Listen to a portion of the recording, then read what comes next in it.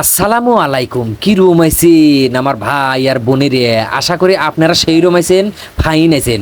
তো আমি যে এই যে গোস্তটা খিচুড়ি খাইতেছি, আপনারা কেউ জানি কোয়েন নাজিল লিখন ভাই একা একাই খিচুড়ি খাইতেছেন, আমাকে তো দিলেন না।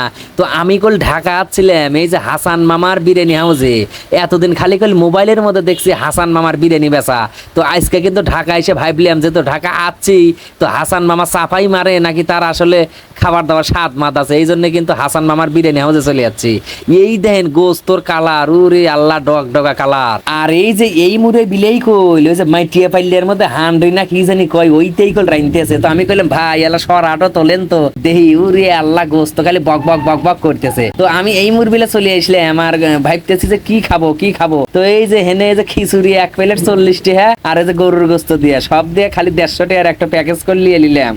আর এই যে ভাইগনে আমার ভাইগনে বসে রয়েছে, কইলাম এ ভালে আও বসে টসে থাকি আর কি করবে লেও দুই মামা ভাইগনে গোস্ত দা খিচুড়ি খাই। ওই দেখেন আমাকে গোস্ত তুলে দিতেছে আল্লাহ আল্লাহ কয় একটা টুকরো, আর ওই যে চুই ঝাল আর একটা করে রসুন দিয়ে দিছে গোস্তের মধ্যে। তো আমাকে কিন্তু খাওয়ার তা টেবিলে দিয়ে দিল। আর আমি এই যে তুহিন ভাইগনে কইলাম লেও শরম লজ্জা না করিয়ে তুমি একটু খায়া চেক করে কও যে কেবে লাগতেছে। ভাইগনে কইতেছে মামা দাঁতে আমার খুব বেদনা। কইলাম ধুরু বা আমাকে বিলে ক্যামেরা ধর আমি খাই, কিন্তু খাইয়া দেখলাম না মোটামুটি ভালোই স্বাদ লাগে। এই দেখেন চুই ঝাল মনে হইতেছে গাছের একটা ডাল, ওই ডালই চাবাইতেছি, কিন্তু চুই ঝাল যে আসলে কেবে স্বাদ আমি বুঝলামই না। মনে হইতেছে আমান তামান গাছ চাবায়া খাইতেছি। চুই ঝালের আসলে স্বাদ আমি বুঝলাম না, আসলে কোনোদিন খাই নাই তো আজকেই পয়লা পয়লা, এই জন্য স্বাদ কইলে আমি বুঝি নাই কে বুঝছেন।